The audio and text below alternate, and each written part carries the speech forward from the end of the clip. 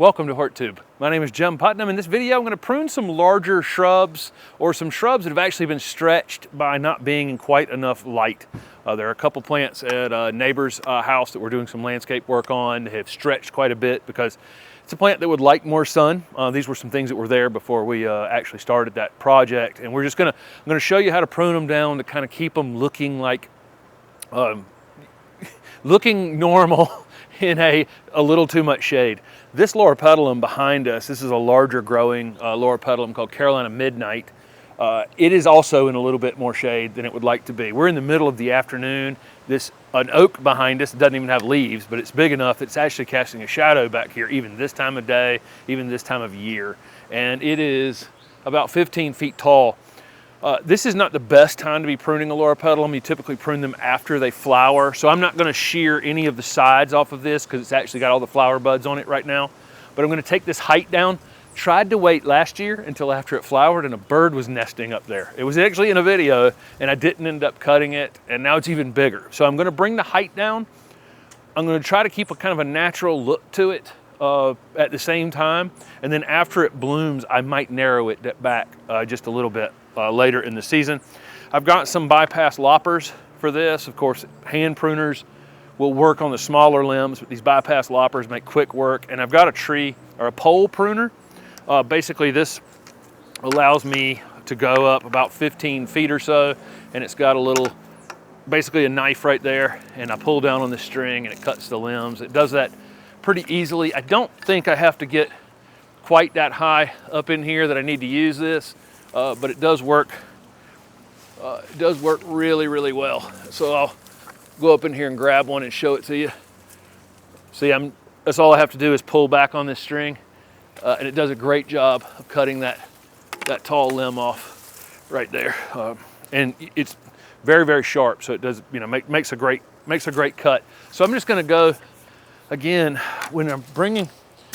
A lot of times we talk about cutting back to a node. So when I'm cutting one of these tall branches down, I want to come down and cut just above a side branch so that if Steph will get just a little bit closer here. So we can see on this branch, right here where my hand is, if I cut just above this little side branch right here, it won't even look like I've cut it. I'm going to go lower than that. There's a branch that's on the side of it just a hair lower. So I'm just going to go ahead and cut that off, and then you'll see what I mean. I'm just going to cut it right above that little side branch. I'm going to do this quickly, but I'm going to be looking for this as I go. So that one now has a little side branch on it right there. It will force more growth down in the middle and get more light down in it and force it to be fuller, but it won't really look like I've done any pruning on it if I'm leaving stems on the side, on the side of the branch, or cutting right down to one of those. And so that's all I'm going to look for as I go through here, and I'm going to do it really quickly. Here's another big tall branch, little side branch on the side of it right there. And I'll, make quick work of cutting that off and leaving two little side branches are still going up, and you can't see that I pruned it. Of course, none of this is easy to see on the camera, but I'm going to make, again, just quick work of going through this. I can see where I made a couple cuts last year before I found the birds. Up there. Okay. And so all I'm looking for is a branch on the side of the tall branch, and I'm cutting it off. I just took, I'm 6 feet tall. That's more than 6 feet of height in that one branch, but you actually can't tell I made a cut there. Okay. Doing the same thing. Here's another one. I cut it right there where another branch is still in place. Another 6 feet of height going out of it. I'm going to have to go to the back of it.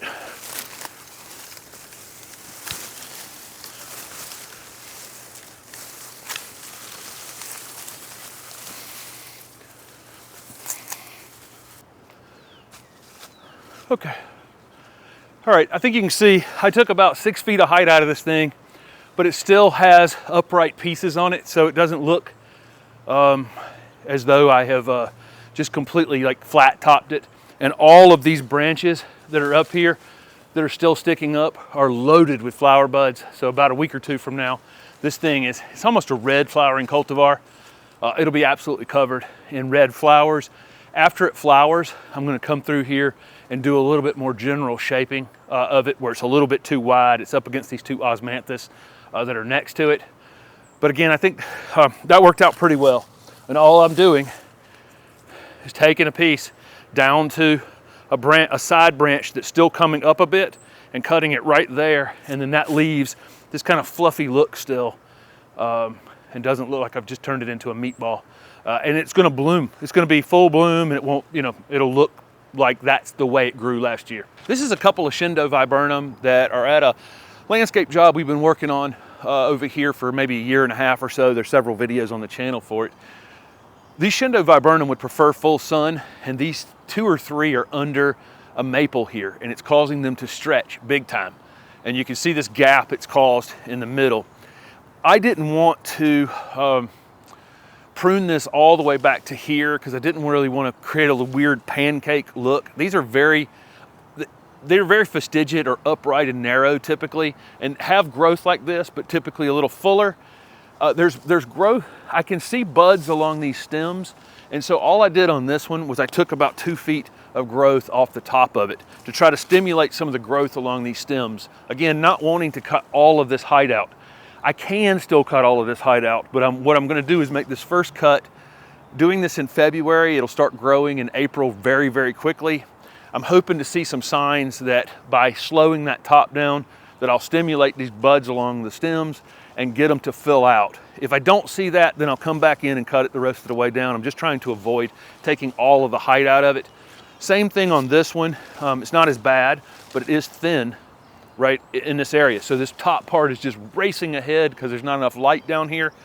They're fine in the shade. Again, you just got to do a little bit of pruning on them like this. So all I'll do again on this one is come up here to these very vertical pieces up at the top, and using my compound bypass lopper, which makes quick and easy work of this, just again take that vertical, the pieces that are racing ahead off of it, and hopefully that stimulates some growth in here in the middle and gets them a little bit fuller. The other pruning I might do on this is if I've got limbs that are sticking out too far to the side. If I've got a crazy limb around it, I might take that back a bit. But that's it. These bloom pretty soon in the spring, and then they get red berries. Any pruning I'm doing on them, you know, will probably take a few flowers off of them, but they're not really grown for that. They're grown for screening, and they're not going to do a very good job of screening if I just let them stretch and have this big bare area in the middle of them. So again, a little bit off the top can frequently create some additional growth in the middle and correct some of our issues. That Shindo viburnum over there was kind of at the very top of my reach with my bypass loppers. Here's a lighter pair. I had that compound pair that I was using over there, which are a little bit longer. The next, if they're a little bit taller than that, a pole pruner of some kind might be helpful for that. This is a distillium, same thing. These would prefer to be in full sun, and it's stretching big time. I mean, this distillium is probably, I don't know what variety this is because it was here before we started doing this job, but I bet on the tag it says 3 to 4 feet in height, and here we are, it's over 6 feet in height. But it's not, it's super thin. It's not really, doesn't look great because it's in too much shade. I think I can get these crazy branches cut back into the middle of it and get it looking like the little compact shrub it's supposed to be. There's several up here, but I'm going to show you on this one right here. Let's see what it looks like if I just take these limbs all the way back into the plant. Steph, if you want to get a little bit closer.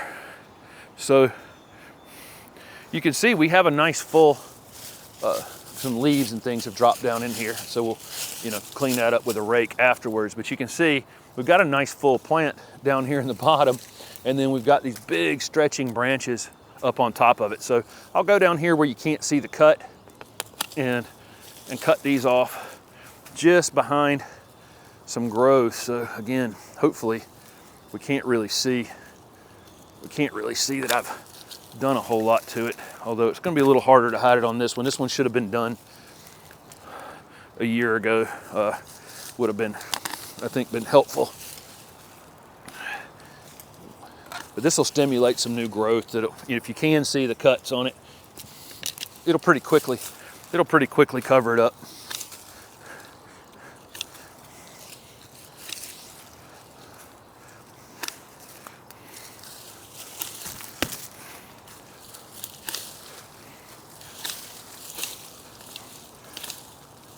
Who knew there was a nice, oh, this is one I'm gonna go all the way down in and get. Look at that. That's just a crazy branch.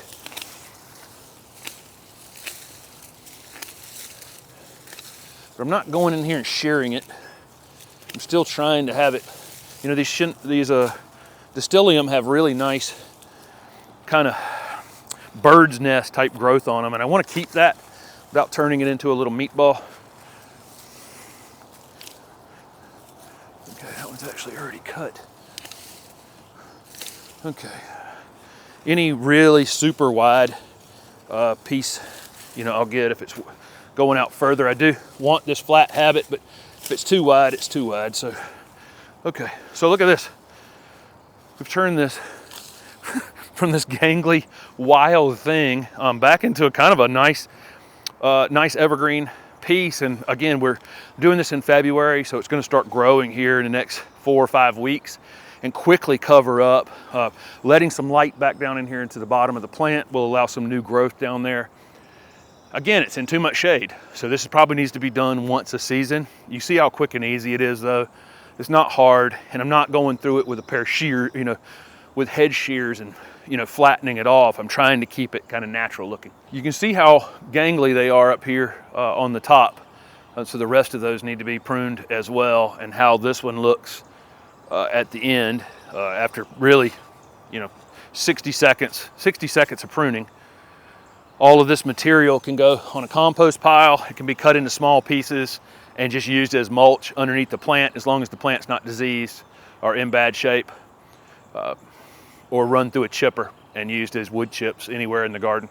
Here's an orange flowering Osmanthus fragrans, and it's another one that's just in a little bit too much shade, so it's stretching a bit. It's doing a pretty good job. It's going to be a screen here along this chain link fence and eventually offer us very fragrant fall and late winter, early spring flowers, and be very full. I've already pruned it. It's growing very, very quickly here, and it was here, you know, 24 months ago. It jumped up to here, really, really thin, and I cut it. You know, you can actually see where I had cut it last time to about this height, and all of this happened at the end of the season. It got a few flowers on it in the fall, and it would probably get a few more here in the next few weeks, but I'm more interested on this plant and getting growth down here from the bottom. And I achieved that. My last pruning created a lot more new growth down here in the bottom area of this plant, in the mid levels of this plant. And so the more of this vertical branching I can get, the more likely it is to stay fuller in the future in this lower light situation. I don't have the side branches that I have. That loropetalum, every 4 inches or so, it gets a little side branch on it as it's growing, okay? And it's easy to make cuts along those stems, you know, at one of those little side nodes and have it look like you didn't prune it. This is not really that way. I just get these long stretched out pieces, and then, but I do get these groupings of leaves along the stem that are fairly close together, and I'll just go down and cut right above that, okay? Just like that. And when I cut right there, it'll be, you'll know I cut it if you get up, come over here and examine it. But for the most part, those leaves sticking up on top of it won't make it, you know, just stand out that it's just been hacked in half. So I'll just, everywhere along these stems that, you know, have this cluster of leaves, and I won't be cutting off all the flower opportunities by doing this as well. By leaving this little area here, this is a likely candidate for a place where I'd get some flowers in the next few weeks. If I'm going to get very many. Again, it's a very young plant, but that's all I'm looking for as I'm going through here. And I'm just trying to slow this plant down, get some light down in it, get some new growth in the middle of it, and so it will become a screening plant, even though it's in a little less light than it would like. Not a crazy amount less, but enough that it's made a difference in how it's growing. So that's all I'm going to do. Okay. All right, I think that's it. I took pretty much all the terminal buds off, you know, of the very top of it. Again, you normally prune Osmanthus fragrans right after it gets a few more. It blooms a lot in the fall, and then as we move into this temperature change as the soil warms up, you'll get a few more, but not as many as we had in the fall. But if we're gonna get any flowers, I haven't cut off that possibility of getting those, but I now have some more light down in the plant. I didn't cut, if I had a branch that just didn't have many leaves on it at all, I didn't go very far down on that branch. But I think this is the second time I've done this. I think that it will be much, much fuller. You know, we'll see that if you're following along with the channel, you know, mid-May, that'll be the case. It'll just be much fuller down here, and it's gonna jump right back up. Keep in mind, you take a plant that's 7 or 8 feet tall and you cut it down to 5 feet, it still has the root system of an 8-foot tall plant. And so it's gonna respond to this type of pruning, which seems mean, very aggressively. It's gonna grow back extremely fast, much faster than you would have ever thought, or planting a new plant into the ground would have grown. So there you go. So there's pruning the loropetalum over here. Just again, you know, taking it down where it doesn't look like I've actually done any pruning on it. Still gonna get all the flowers on it. May do a little more general pruning after it flowers if there's branches that are a little too wide.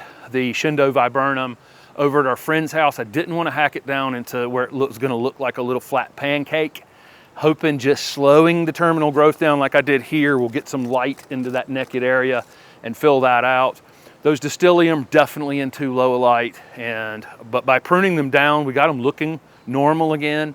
I think some new growth will come from that, but every year, probably in the late winter, early spring, they're gonna need some pruning. Those have probably gone 3 or 4 years without any pruning to get that shape back on them. So if you're seeing anything stretching your garden, don't be scared to take, you know, if it gets 3 feet of growth on it, to take a foot or two of that growth out to slow it down some and make sure the plant, you know, the bottom of the plant's kind of keeping up with that stretching that's happening up in the top. So thank you guys for following along with the channel. Lots more content like this coming this spring. Just teaching some general pruning and maintenance here in the garden in Raleigh, North Carolina. Thanks for watching.